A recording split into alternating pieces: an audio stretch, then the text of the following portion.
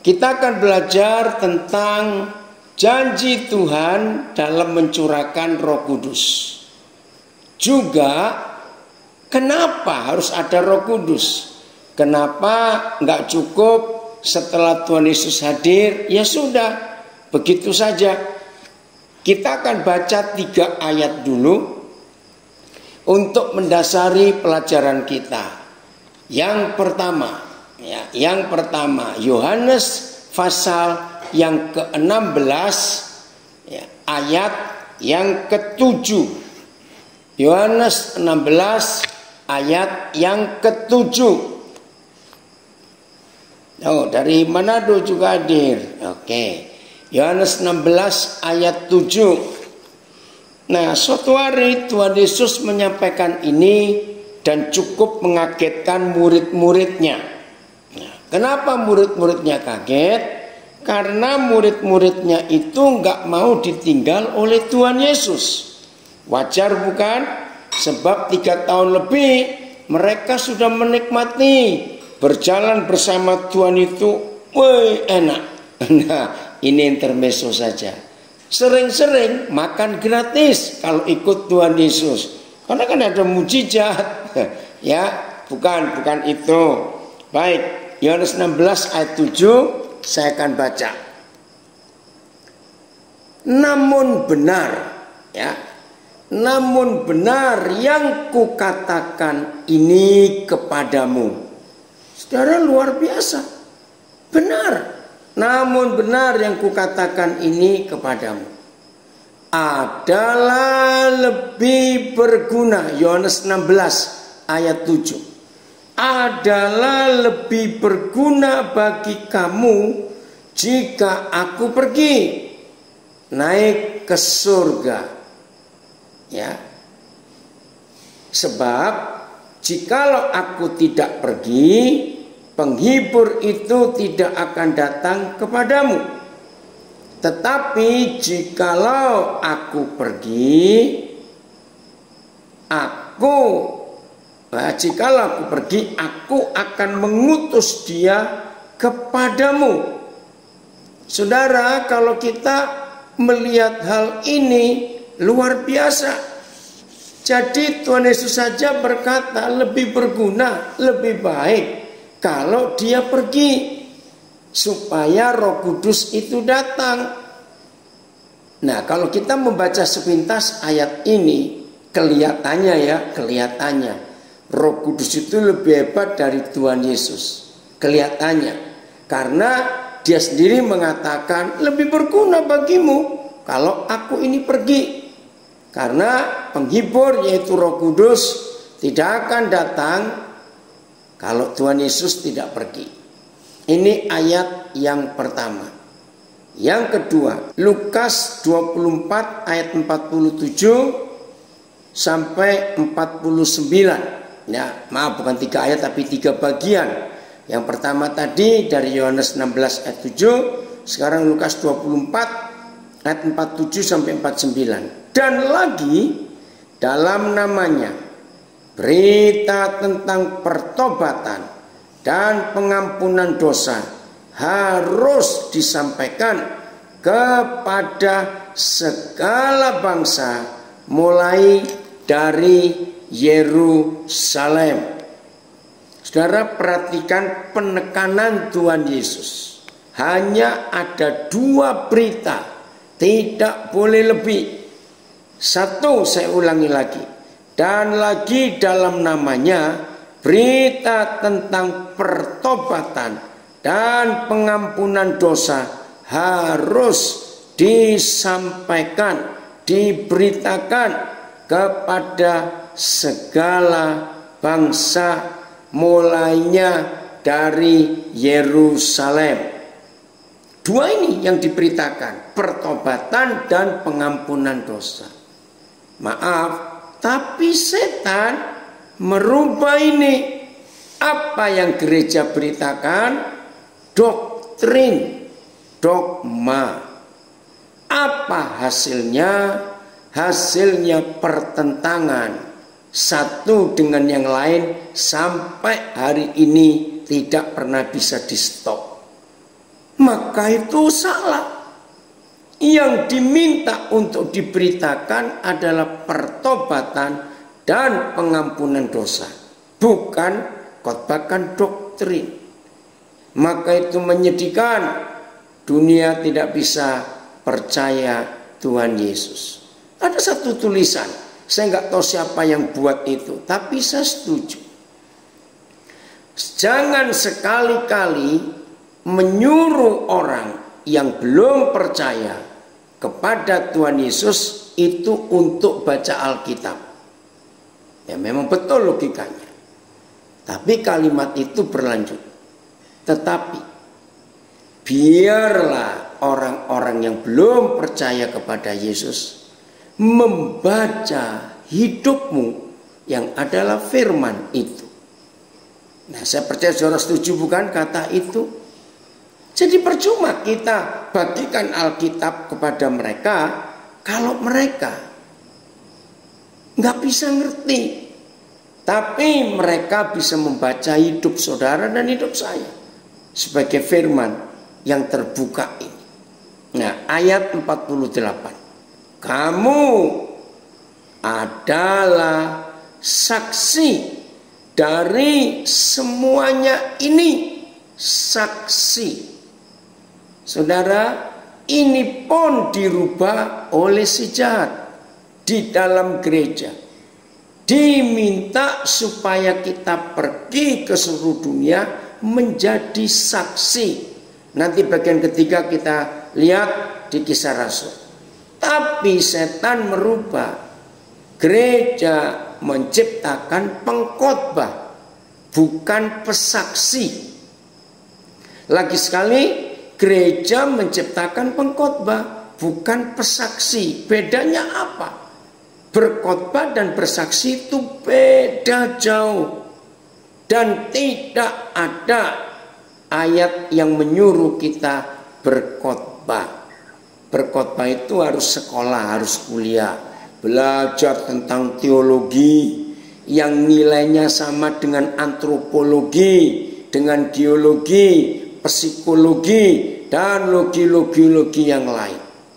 Kalau bersaksi itu nggak perlu sekolah, karena pesaksi itu hanya mengulangi, menceritakan ulang satu apa yang didengar, dua apa yang dilihat, tiga apa yang dialami. Tidak lebih dari itu. Maka itu kalau menjadi saksi nggak perlu kuliah, hanya menceritakan ulang apa yang didengar, dilihat, dan dialami. Oke, ayat 49.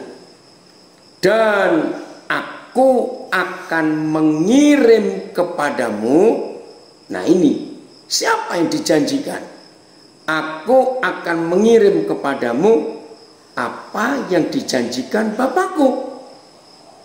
Ya, Lukas 24 ayat 49. Saya ulangi, dan aku akan mengirim kepadamu apa yang dijanjikan Bapakku. Tetapi kamu harus tinggal di dalam kota ini sampai kamu diperlengkapi. Saudara garis bawahi, diperlengkapi dengan kekuasaan dari tempat tinggi, dengan otoritas dari kerajaan surga. Hebat. Bagian ketiga, Kisah Rasul 1 ayat 8. Ya, Kisah Rasul 1 ayat 8. Tetapi kamu akan menerima kuasa. Sama dengan Lukas 24 tadi. Tunggu di kota ini sampai kamu diperlengkapi dengan kuasa dari tempat yang maha tinggi. Tetapi kamu akan menerima kuasa kalau Roh Kudus turun ke atas kamu.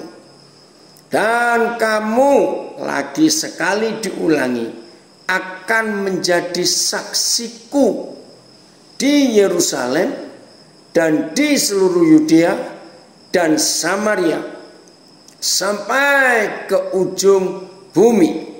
Saya coba baca terjemahan yang lain. Akan tetapi kamu akan menerima kuasa ketika Roh Kudus telah datang kepadamu, dan kamu akan menjadi saksi-saksiku di Yerusalem dan seterusnya. Beroleh kuasa, mendapat kuasa, menerima kuasa. Oke, semuanya sama. Nah, dari 3 bagian yang baru kita baca ini, saudara, saya ulangi, dari 3 bagian yang baru kita baca ini jelas betapa pentingnya Roh Kudus di dalam hidup gereja untuk melakukan kehendak Tuhan, yaitu menjadi saksi. Oke, ada yang menulis di Facebook, mana ini ya, Saudara Wimpi dari Surabaya, kuasa itu dunamos, bahasa Yunaninya. Nah, dari kata dunamos muncul kata bendanya kata kerjanya dinamis. Kata bendanya dinamit, bahan peledak. Dunamos ya, dinamis, bergerak terus ya, dinamis nggak stop, dan dinamit. Wih, hebat sekali kalau kita menerima kuasa itu dalam hidup kita. Nah, yakin, nggak usah dicari tulisannya, yakin setan tidak pernah punya senjata dinamit, nggak ada. Oke, saya baca dari Florida memberi komen, dynamic ya, bahasa Inggrisnya dynamic, active with power ya, dinamit, betul saudara. Semua orang akan takut kalau melihat ada seseorang bawa dinamit, betul? Wih, itu mengerikan. Dan lihat para pengebom bunuh diri, aduh, sadis sekali mereka. Sekarang bayangkan, kalau iblis tidak punya senjata yang dinamit, hanya kita yang punya. Nah, lalu senjata iblis apa? Saudara, senjata iblis gampang sekali kita melihat. Lihat aja hidup Yusuf. Ternyata senjata iblis itu cuma 2. Tolong dicatat ya. Apa itu senjata iblis? 1, kenikmatan. Perhatikan, senjata iblis yang pertama itu kenikmatan. Yang kedua, penderitaan atau kesengsaraan. Wih, keren sekali waktu kita mempelajari hidup Yusuf. Lihat, yang pertama, Yusuf diberi kenikmatan. Ya, jadi anak emas, anak kesayangan. Apa-apa yang Yakub buat untuk Yusuf pasti beda dengan yang dibuat untuk kakak-kakaknya. Maka itu kakak-kakaknya iri hati. Kenikmatan. Tapi Yusuf nggak mempan, nggak terpengaruh dengan kenikmatan itu. Setan rapat, istilah saya. Bagaimana menjatuhkan anak kecil ini? Lalu setan memakai senjata kedua, kesengsaraan, penderitaan. Yusuf dimasukkan sumur. Setan jengkel karena Yusuf tidak terpengaruh sama sekali. Istilah saya waktu saya ngajar sekolah minggu, ternyata di dalam sumur itu Yusuf main air. Bahasa Jawa bilang kecek, tahu ya, main air. Wih, setan jengkel. Mereka rapat lagi. Tolong jangan dicari ayatnya di mana. Nggak ada ayat bilang setan rapat. Ini cuma istilah saya sebagai guru sekolah minggu. Waktu saya dulu mengajar sekolah minggu untuk mempermudah mengajar anak-anak, ya. Apa hasil rapatnya? Kita buat penderitaan yang lebih berat. Dijual ke Mesir, jadi budak. Wih, setan jengkel lagi. Nggak mempan. Jadi budak pun dia nikmati, enjoy. Maka itu semua yang dikerjakan dengan sukacita itu menghasilkan sesuatu yang luar biasa.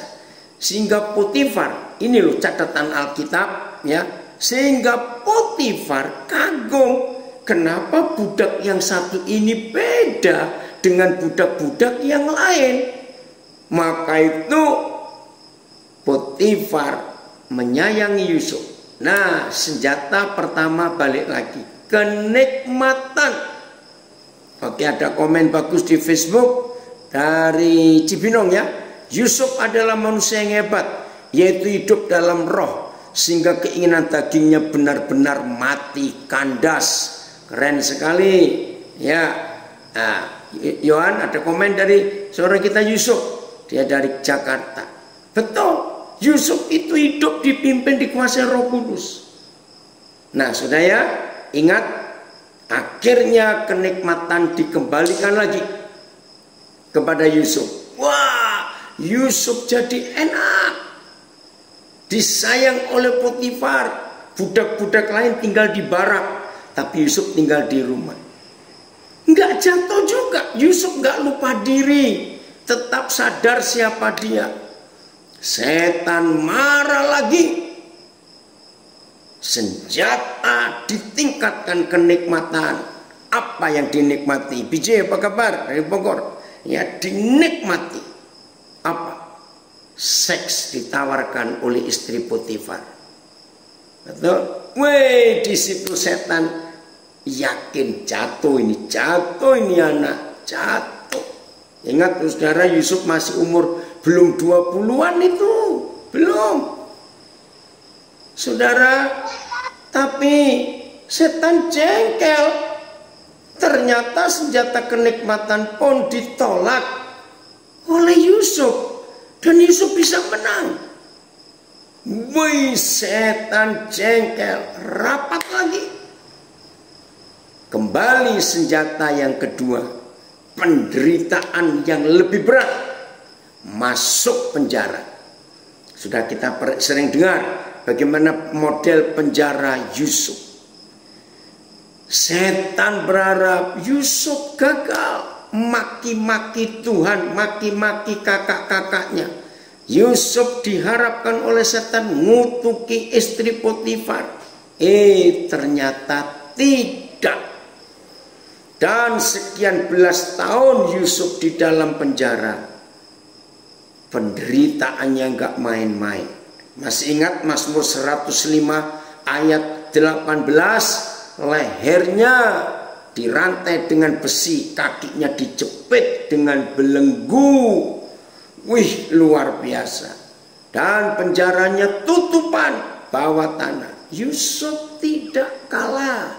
Dia santai, dia nikmati. Jadi ingat ya, iblis tidak punya senjata dinamit. Yang punya senjata dinamit hanya gereja. Ingat itu. Senjata iblis cuma dua, kenikmatan, penderitaan, penderitaan, kenikmatan, kenikmatan, penderitaan. Bolak-balik cuma itu saja, nggak ada yang lain. Lihat Ayub, nggak kalah, istilah Jawa bilang menter, nggak mempan dengan senjata penderitaan itu. Wih, luar biasa saudara. Kalau kita mau hidup di dalam kebenaran, enjoy aja, betul. Bapak Tarigan, enjoy aja, betul. Nikmati saja.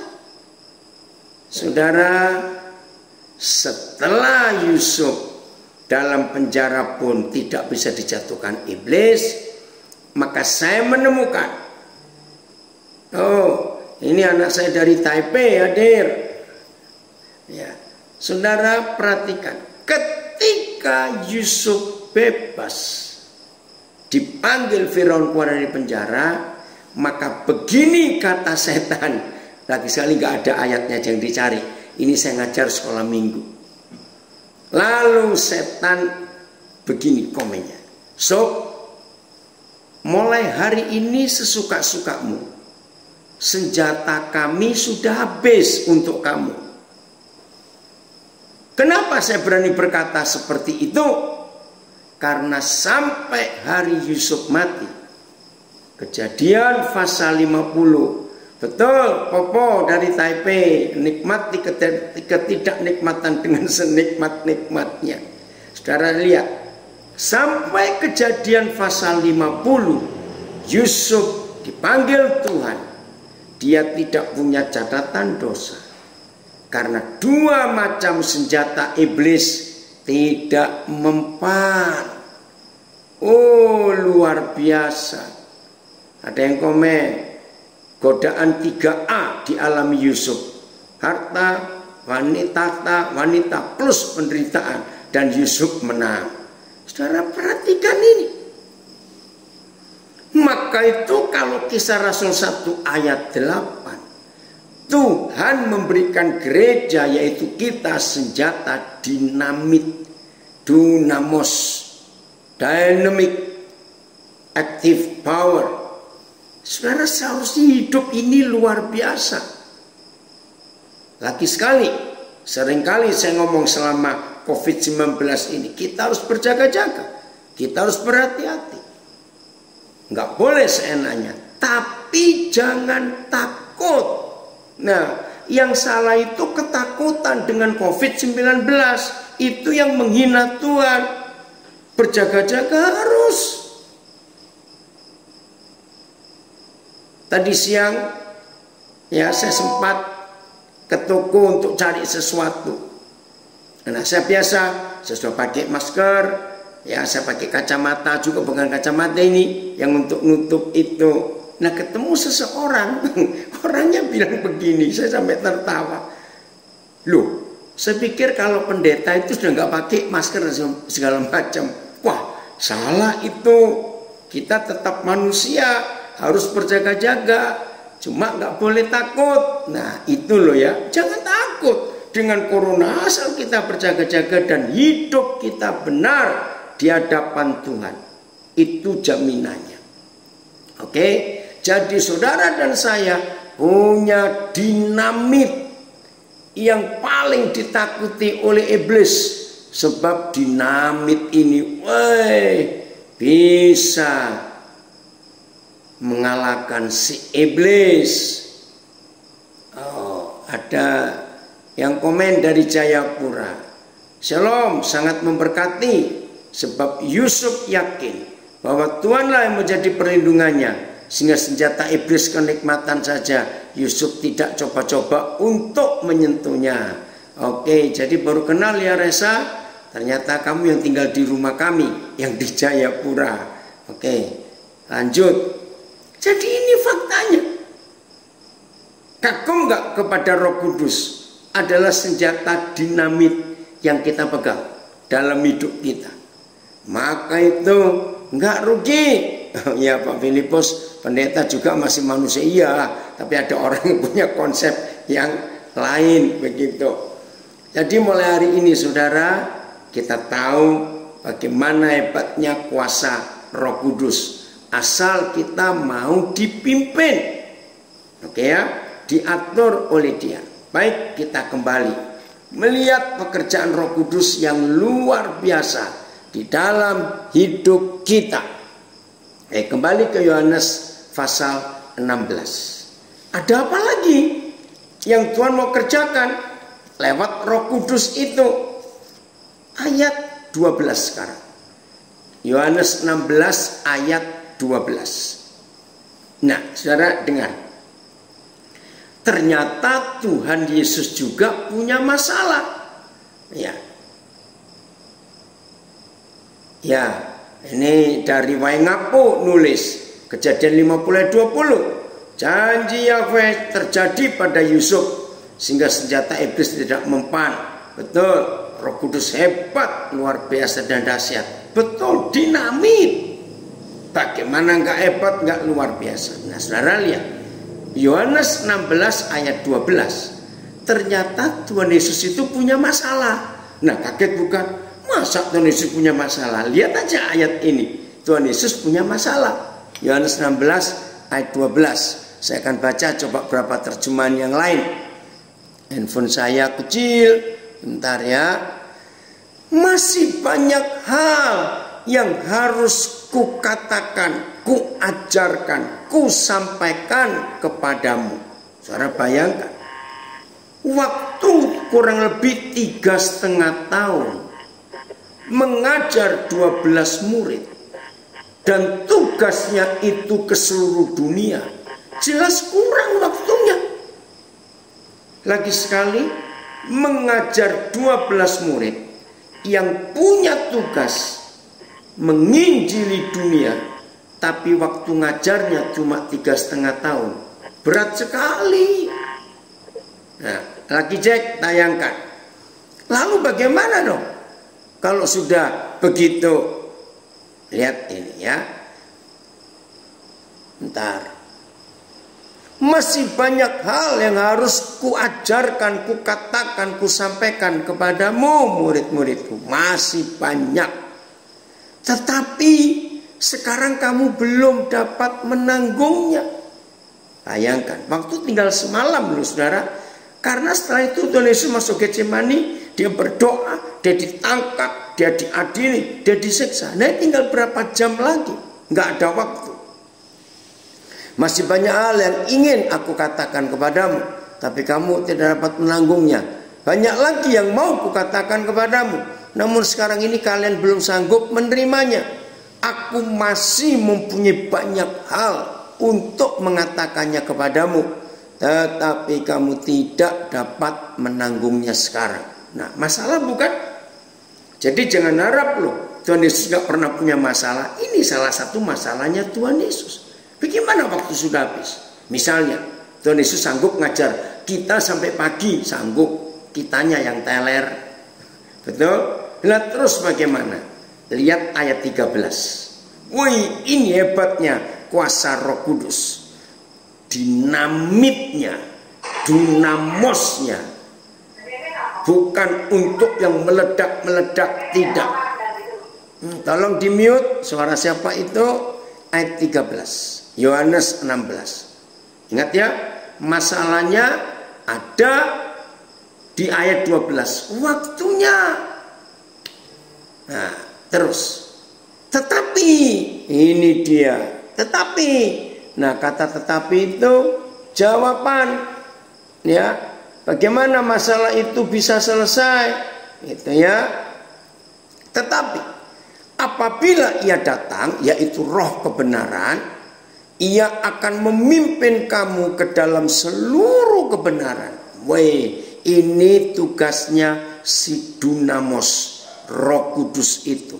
Tuhan Yesus gak punya waktu, dia harus naik kembali ke surga, tapi Roh Kudus akan meneruskannya. Dan ini hebat, sungguh-sungguh luar biasa. Saudara, kalau kita mau mentaati dia, dia yang akan menuntun kita, memimpin kita, membawa kita ke dalam seluruh kebenaran. Enggak cuma sebagian, tapi seluruh kebenaran. Sampai di sini saya akan berhenti untuk menjelaskan hebatnya kuasa Roh Kudus dalam tugasnya mengajar gereja, mengajar murid-murid Tuhan Yesus untuk punya dinamit. Saya ulangi, Yohanes 16 ayat 12 dan 13 itu yang akan membuat gereja, membuat murid-murid Tuhan Yesus menjadi hebat. Oke, ada tambahan tulisan tentang Yohanes 21 ayat 25. Masih banyak hal-hal lain lagi yang diperbuat oleh Yesus. Tetapi jikalau semuanya itu harus dituliskan satu persatu, maka agaknya dunia ini tidak dapat memuat semua kitab yang harus ditulis itu. Betul. Juga Alkitab yang kita punya jadi tebal sebelum ada komputer. Nah, maka itu tugasnya Roh Kudus. Begini kita belajar. Satu kali saudara, saya tiba-tiba diingatkan, iya, Petrus yang sejak awal Yesus pelayanan itu sudah menjadi muridnya. Sampai seluruh perjalanan hidup Tuhan Yesus, Petrus ikut. Enggak ada satupun mujizat yang Tuhan Yesus pernah buat Petrus lewat. Enggak ada. Bahkan ada 3 mujizat yang hanya Petrus alami, yang 11 tidak alami. Mujizat apa? Mertua sakit sembuh, ya. 2 jalan di atas air. 3 telinga Malkus hamba imam besar yang dipotong Petrus. Nah, yang lain tidak. Nah, oke, ada yang menulis bagus ini ya. Senjata iblis kenikmatan akhirnya menuju kesengsaraan. Seperti orang kena diabetes, segala yang nikmat pasti mati. Menikmati makan enak, ujungnya sakit pula. Nah itu nggak mau menahan diri. Oke, saya lanjutkan. Jadi logika saya, seharusnya Petrus itu yang menulis banyak firman untuk perjanjian baru. Lah, ternyata kok cuma 2 buku. 1 Petrus dan 2 Petrus. Nah, Paulus yang tidak pernah bertemu Tuhan Yesus. Tolong perhatikan. Paulus yang tidak pernah ketemu Tuhan Yesus, kok bisa nulis 14 kitab dari 27 kitab perjanjian baru. Saudara, Matius sampai Wahyu itu 27 kitab. Nah, tulisan Paulus itu dari Roma sampai Ibrani. Oh ya, ada yang komen 4 mujizat Petrus, ya, tebarkan jala, yaitu bareng-bareng ya dengan murid-murid yang lain. Nah, itu kan luar biasa. Kalau 27 kitab perjanjian baru dan 14 itu tulisan Paulus, berarti Paulus menulis 51%. Wih, saudara, luar biasa. Dari mana dia bisa menemukan firman sehebat itu yang harusnya Petrus yang nulis? Tapi kenapa Paulus? Nah, jawabannya ada di Yohanes 16 ayat 13. Roh Kudus yang akan membawa kita ke dalam seluruh kebenaran. Lah, dinamitnya di mana? Ya, dinamitnya di mana? Otoritas itu di mana? Ingat, dari awal tadi saya sudah tunjukkan 3 bagian yang menyatakan bahwa kalau Roh Kudus itu datang, kalau Roh Kudus itu menguasai hidup gereja, hidup murid-murid Tuhan Yesus, maka ada kuasa, ada otoritas dari tempat yang maha tinggi. Kita mempunyai dinamit karena ada dunamos dalam hidup kita. Nah, di mana kerjanya? Ini yang banyak gereja tidak tahu. Maaf, saya harus ngomong. Kenapa ada gereja penekanannya cuma bahasa roh, sampai dipaksa orang itu. Tadi siang ada yang kontak saya sampai stres dia. Karena berapa kali dia tuh merasa bersalah. Karena tiap kali ke gereja ditanya, saudara sudah terima Roh Kudus belum? Sudah bisa bahasa roh belum? Aduh, pertanyaan itu membuat dia stres. Akhirnya berapa kali orang mendoakan dia, sampai didorong-dorong, disuruh ngulang-ngulang kata. Saya baca WA-nya dia tadi siang, saya juga ikut kasihan. Doa hamba Tuhan itu memaksa orang untuk bahasa roh. Bukan itu. Maaf ya saya berkata, bahasa roh tanpa pengertian firman, maaf, bisa jadi mantra. Saya ulangi, bahasa roh tanpa pengenalan firman bisa jadi mantra. Jadi bahasa roh itu hanya Tuhan yang tahu. Jadi kita nggak boleh mengucapkan itu untuk orang lain, tidak ada gunanya. Hanya Bapa yang tahu. Oke, supaya saudara tidak ragu-ragu. 1 Korintus pasal yang ke-14. Ya, 1 Korintus pasal yang ke-14 ayat yang kedua. 1 Korintus 14 ayat yang kedua. Siapa yang berkata-kata dengan bahasa roh, ya, tidak berkata-kata kepada manusia, tetapi berkata-kata kepada Tuhan, sebab tidak ada seorang pun yang mengerti bahasanya. Oleh Roh Kudus itu, orang yang dipenuhi Roh Kudus itu mengucapkan hal-hal yang rahasia. Nah, jadi salah. Maaf ya.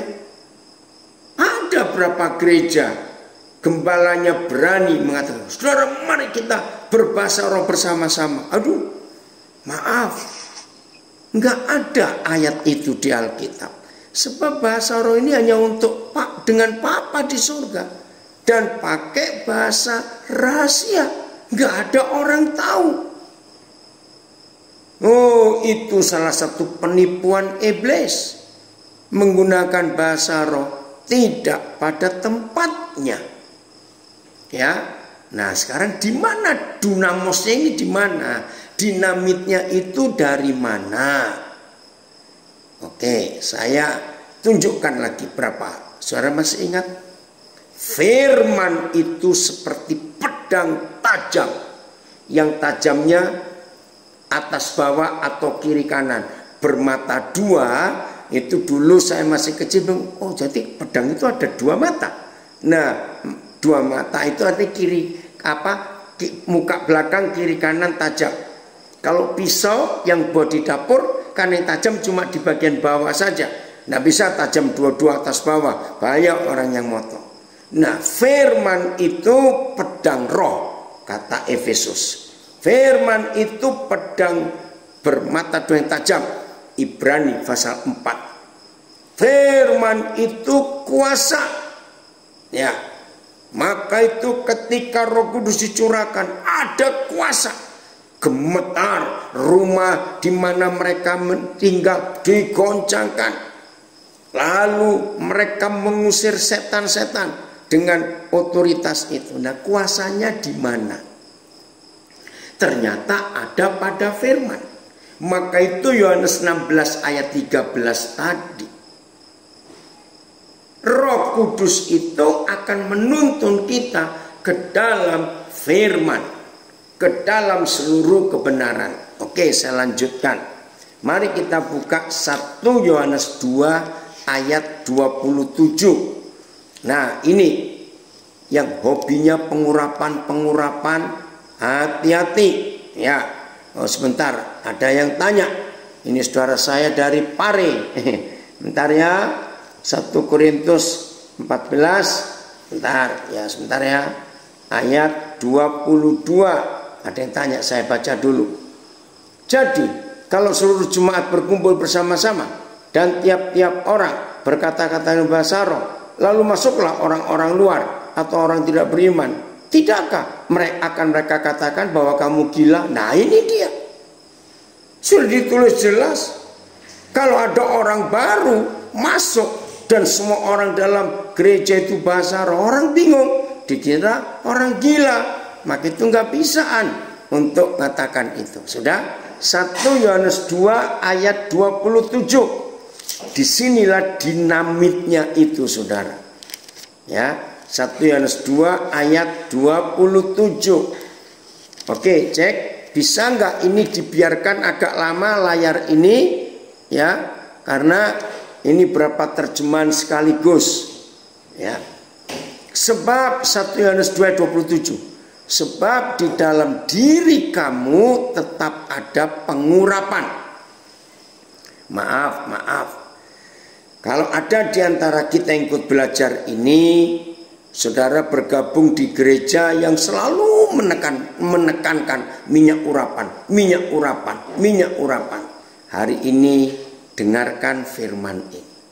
Ada gereja-gereja menekankan pengurapan. Tidak salah. Tapi tolong perhatikan. 1 Yohanes 2 ayat 27 adalah satu-satunya ayat di seluruh Alkitab yang memberitahu kita urapan itu siapa. Maaf, saya tidak pakai kata apa. Kalau apa itu benda atau barang, saya menggunakan kata siapa.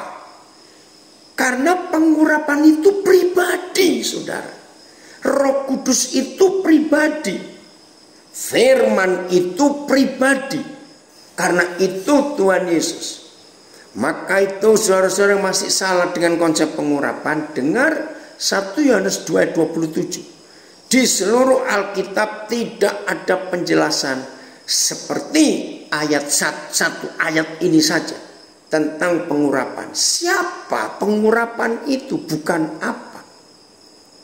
Sebab di dalam diri kamu tetap ada pengurapan yang telah kamu terima daripadanya. Karena itu tidak perlu kamu diajar oleh orang lain. Tetapi sebagaimana pengurapannya mengajar kamu tentang segala sesuatu.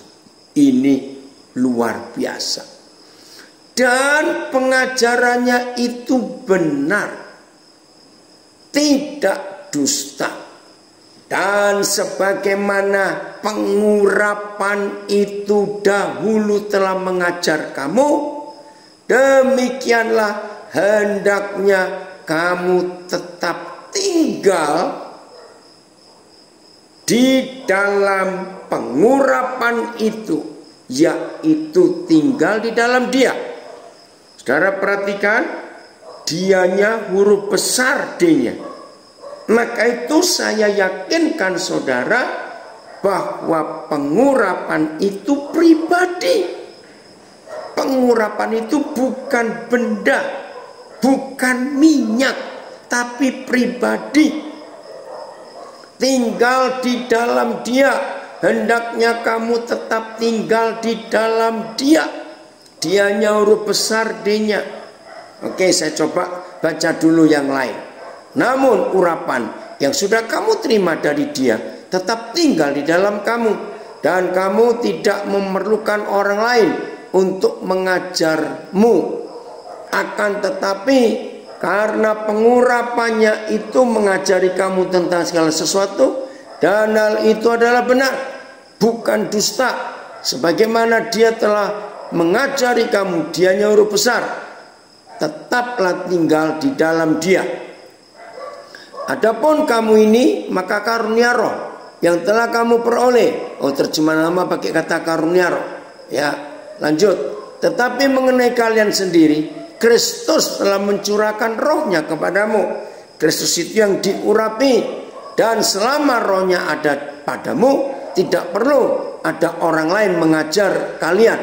Sebab rohnya mengajar kalian tentang segala sesuatu. Dan apa yang diajarkannya itu benar, bukan dusta. Sebab itu hendaklah kalian taat kepada apa yang diajarkan oleh roh itu. Dan hendaklah kalian hidup bersatu dengan Kristus, dengan pengurapan itu. Dan kamu, urapan yang telah kamu terima dari Dia tetap tinggal di dalam kamu. Dan kamu tidak mempunyai kebutuhan agar seseorang dapat mengajari kamu. Sebaliknya, sebagaimana urapan yang sama sedang mengajari kamu tentang segala sesuatu, dan itu adalah benar dan bukanlah dusta. Dan sebagaimana Dia telah mengajari kamu, kamu akan tetap tinggal di dalam Dia. Oke, cukup sampai di situ. Maaf ya, maaf. Bagi beberapa gereja yang selalu ada iklan, maaf, ini iklan yang menyesatkan. Iklan apa? Begini, ada beberapa gereja yang iklannya. Setelah ibadah ada doa pengurapan. Ada bukan gereja yang seperti itu? Saudara, itu salah. Perhatikan 1 Yohanes 2:27 ini. 2 kali diulang. Yang sebab di dalam diri kamu tetap ada pengurapan yang telah kamu terima. Yang telah kamu terima. Terus kalimat yang kedua, sebagaimana ia dahulu. Bentar. Sebab di dalam diri kamu tetap ada pengurapan yang telah kamu terima daripadanya. Karena itu tidak perlu kamu diajar oleh orang lain. Sebagaimana pengurapannya mengajar kamu tentang segala sesuatu. Dan pengajaran itu benar, tidak dusta. Dan sebagaimana ia dahulu telah mengajar kamu, demikianlah hendaknya kamu tetap tinggal di dalam dia. Inilah bukti bahwa dia yang mengurapi kita, dan pengurapannya itu sekali Tuhan beri kepada kita, itu tetap, maaf, enggak keluar masuk. Maaf, tidak keluar masuk, tetap. Semua terjemahan berkata tetap tinggal di dalam kita. Yang kedua, pengurapannya itu terus penuh. Maaf, nggak ada ayat yang mengatakan pengurapan bisa kurang. Lalu kita perlu diurapi lagi, enggak, saudara. Maka itu berapa kali saya khotbah di gereja-gereja seperti itu, selalu ada yang mendoakan setelah saya mengajar, Tuhan kiranya penuhi lagi hambamu dengan pengurapan setelah hamba ini mengajar kami. Saya pikir ngapain? Sepertinya kalau saya sudah ngajar, saya sampaikan firman, terus pengurapannya kurang, maka itu perlu ditambah lagi. Nggak perlu. Tetap ada di dalam kita untuk selama-lamanya. Dan bentuk pengurapan itu apa? Saudara, itu ada 4 kali kata yang sama, yaitu mengajar, pengajaran, mengajar, pengajaran. Itu 4 kali di satu ayat ini. Berarti Roh Kudus yang memberikan kuasa dunamos, dan kita punya dinamit, itu bentuknya pengajaran, firman. Saya ulangi lagi, bentuknya pengajaran, firman. Itulah dinamitnya firman, saudara. Oh, biarlah mulai hari ini pengajaran-pengajaran yang salah selama ini kita nggak boleh terima lagi. Ditumpangi tangan, terus digoyang-goyang, maaf. Terus didorong-dorong, maaf. Nggak perlu. Saudara, pengajaran itu sampai 4 kali. Berarti yang membawa kuasa dinamitnya itu firman. Otoritas itu dari firman. Oke, nanti kita kembali ke 1 Yohanes 2. Oh, sebentar, ada yang tanya di sini. Ya, apakah Roh Kudus bisa mengubah karakter seseorang? Sangat bisa, kalau orangnya taat. Ya, orangnya taat, Roh Kudus bisa mengubah karakter orang. Oke, kita lihat sekarang. Yohanes 17 ayat 8. Dari mana otoritas itu datang? Ya, Yohanes 17 ayat 8. Fitri, sudah, Pak Jeki sudah selesai atau masih kamu yang pegang?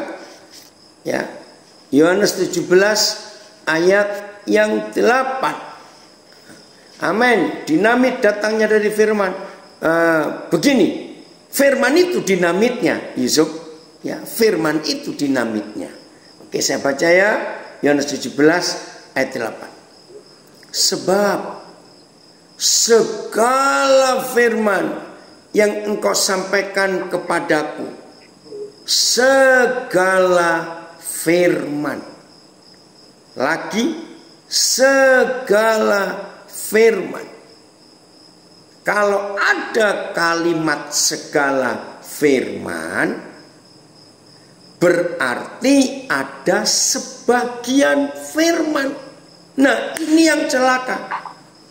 Apa itu sebagian firman?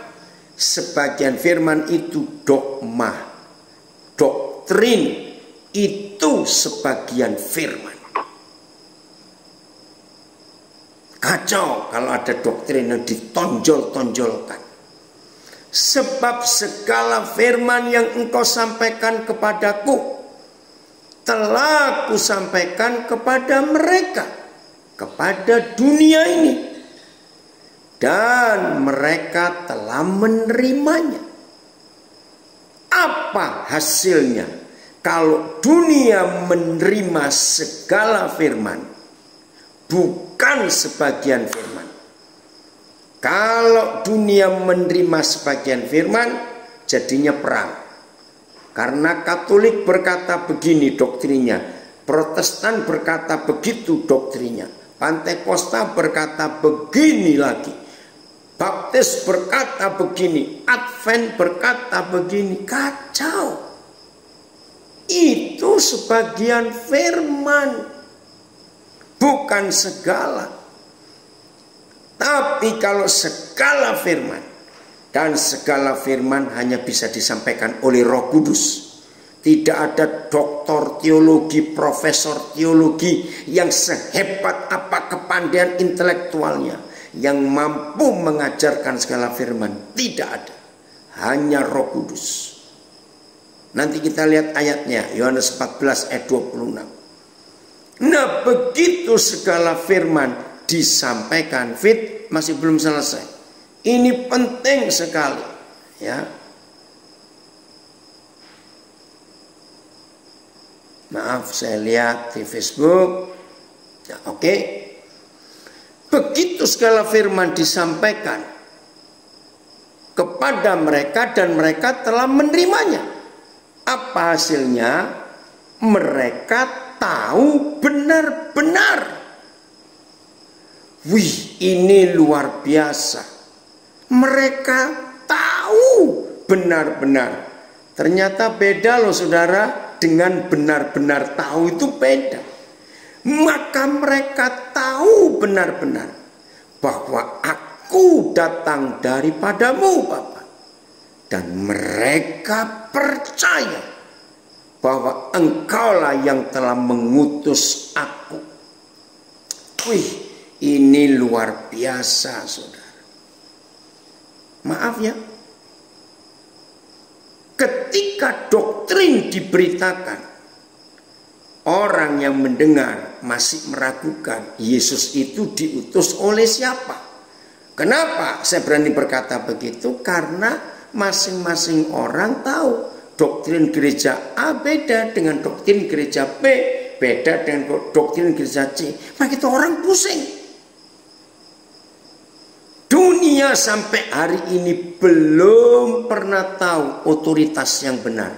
Yesus itu diutus siapa? Saya ulangi, sampai hari ini dunia belum pernah tahu betul-betul, tahu benar-benar Yesus itu datang dari siapa, diutus siapa. Selama orang masih bertanya kalau mau percaya Yesus, jadi saya masuk gereja mana? Jadi kamu mau gabung gereja mana? Ini yang merusak doktrin. Maaf, ini yang merusak kebenaran. Karena doktrin itu tadi. Jadi otoritas, dinamit itu di dalam segala firman. Itu dinamitnya yang luar biasa saudara. Terima kasih Tuhan. Jadi lagi sekali dinamit, dunamos, dynamic itu bukan karena Roh Kudus, bahasa roh, terus goyang-goyang. Waduh, ngeri sekali. Bukan. Tetapi sungguh-sungguh firman.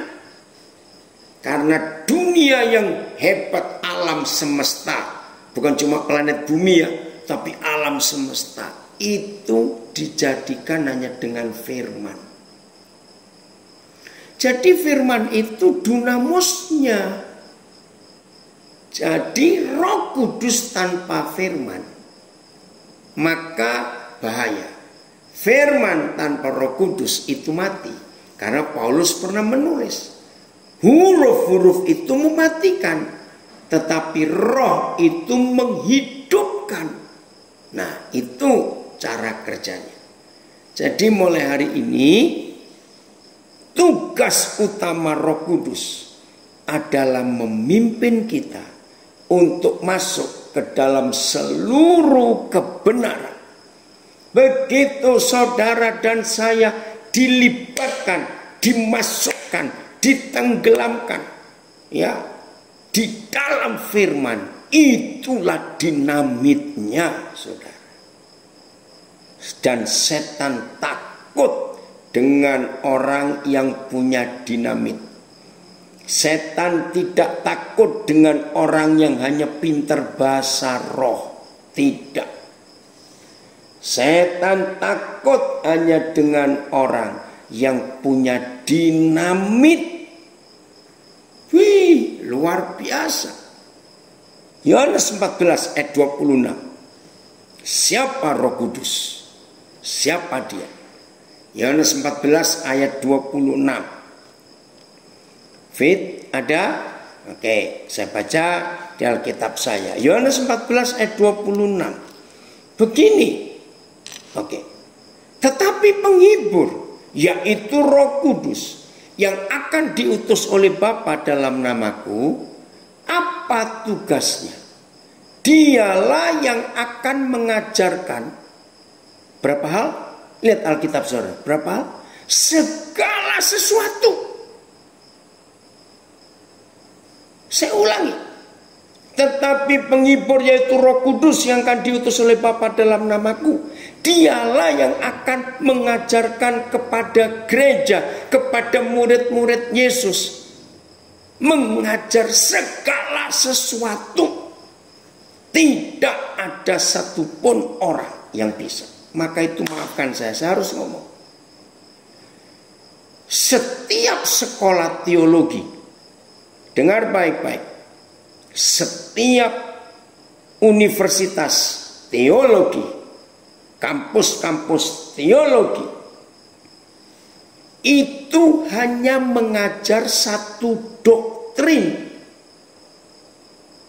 Terserah mau doktrin Calvinis, Arminian, doktrin Katolik, doktrin Baptis. Maka itu saya ngomong kepada orang yang hobinya kuliah teologi terus dan merasa dirinya hebat karena bisa bahasa aslinya Alkitab. Stop dulu, dengar. Orang yang seperti itu harusnya kuliah di semua sekolah teologi di dunia, nggak cuma di Indonesia. Loh kok begitu? Iya, supaya dapat lengkap. Karena setiap teologi, kampus teologi punya satu doktrin yang dianut dan dipercaya. Tapi Yohanes 14 ayat 26, dengar saudara. Roh Kudus itu yang mampu mengajar segala sesuatu. Maka itu kalau saudara ingin mengenal segala firman, Yohanes 17 ayat 8. Kalau saudara ingin bisa dituntun, dibimbing masuk ke dalam seluruh kebenaran, Yohanes 16 ayat 13. Kalau saudara ingin memiliki dinamit, terimalah Roh Kudus. Luar biasa. Oke, ini dari Semarang ada bertanya, maaf Pak Pendeta, bagaimana menjelaskan ke orang yang pahamnya Yesus dan Bapa itu pribadi yang berbeda? nggak usah dijelaskan. Karena orang itu sudah punya pendapat seperti itu daripada buang-buang waktu. Ya, jadi kalau ada orang yang ngajak debat, nggak usah, sayang waktu, biarin. Yang penting saudara dan saya mau hidup dipimpin oleh Roh Kudus. Ada komen dari Waingapu, benar, perbedaan doktrin antar gereja membuat kita bingung. Lalu bagaimana harus menyikapi hal ini? Nggak usah disikapi, Ardi, biarin, mereka sibuk sendiri. Yang penting kita mau dituntun oleh Roh Kudus. Ya, ada yang komen lagi. Ya, ada hamba Tuhan yang suka adakan KKR. Lalu prinsipnya buka gereja di daerah tempat itu. Karena dia yang menabur, dia juga harus membimbing tempat baru itu. Salah besar. Ya, jadi kalau mau buka gereja ke tempat yang belum ada gereja. Saya mau bacakan pertanyaan ini. Ya, dalam Roma pasal 15 ayat yang ke-21.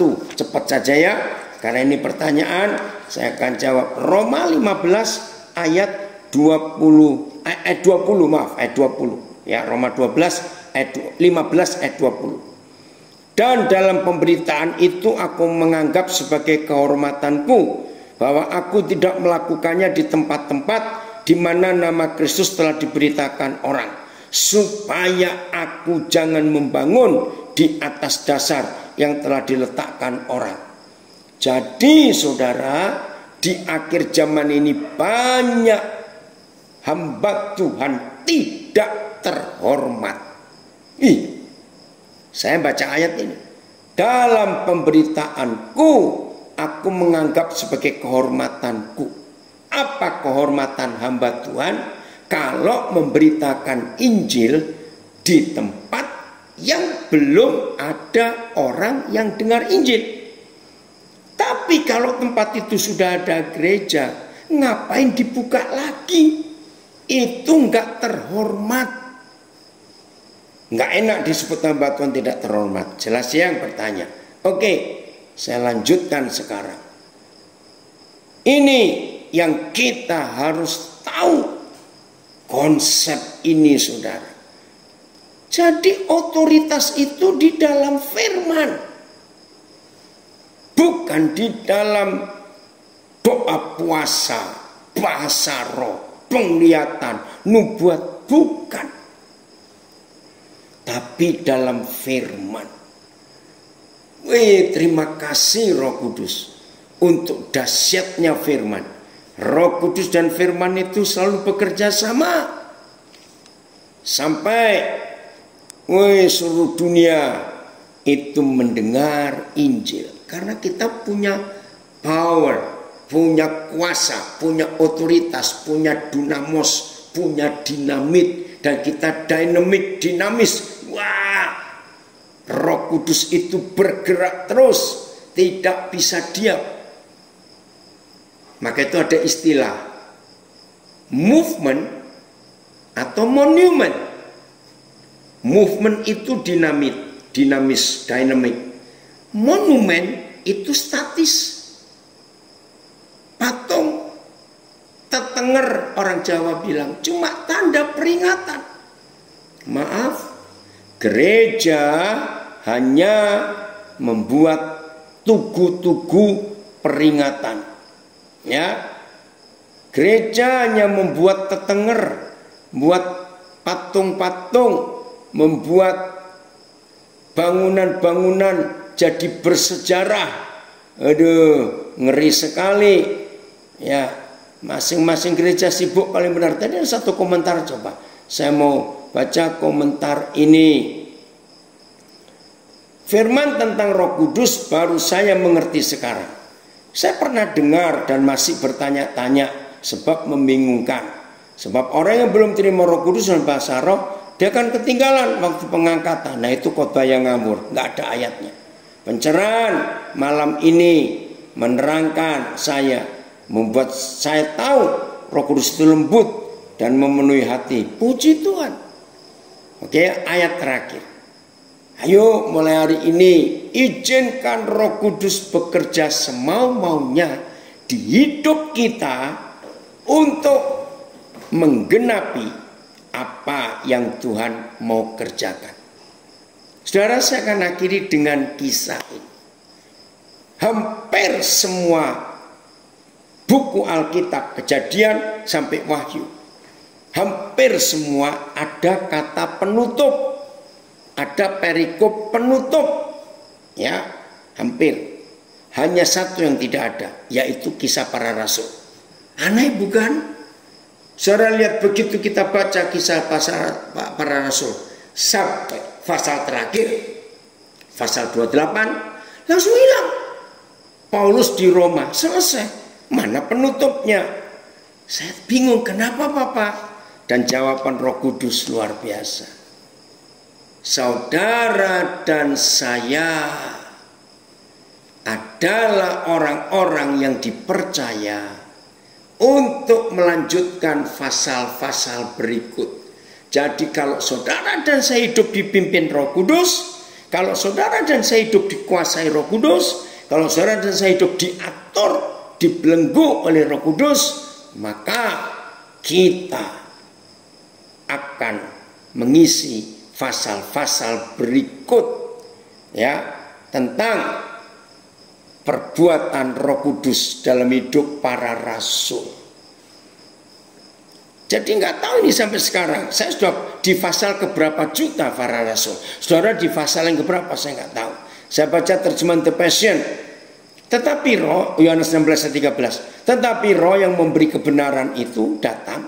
Dia akan menyingkapkan kenyataan dari setiap kebenaran. Realita, bukan doktrin dalam diri kalian. Dia tidak akan menyampaikan pesannya sendiri, tetapi hanya apa yang didengarnya dari Bapa. Dan dia, yaitu Roh Kudus, akan mengungkapkan secara profetik kepada kalian apa yang akan datang. Puji Tuhan, terima kasih Eka untuk menuliskan itu. Jadi jelas ya, terima kasih Papa. Papa tidak menjanjikan duit, Papa tidak menjanjikan ini itu, tapi Papa menjanjikan Roh Kudus buat kita. Dan begitu Roh Kudus diberikan dan kita terima, kita jadi dinamitnya itu. Ya, saya tegaskan, bukan kita punya dinamit, tidak. Saudara dan saya itu jadi peledaknya. Saya ulangi, dinamitnya bukan kita miliki, salah. Dinamitnya itu kita sendiri. Atau saudara dan saya itu dinamit buat iblis. Biar iblis takut lihat kita, karena kita bisa meledak kalau dia dekat-dekat. Haleluya. Ini yang Tuhan ingin kita miliki dalam hidup kita. Terima kasih Tuhan, kami tidak punya dinamit, tapi dinamitnya itu hidup kami sendiri. Oh, luar biasa. Tuhan Yesus memberkati kita semua, dan terimalah janji yang dari Tuhan. Amin.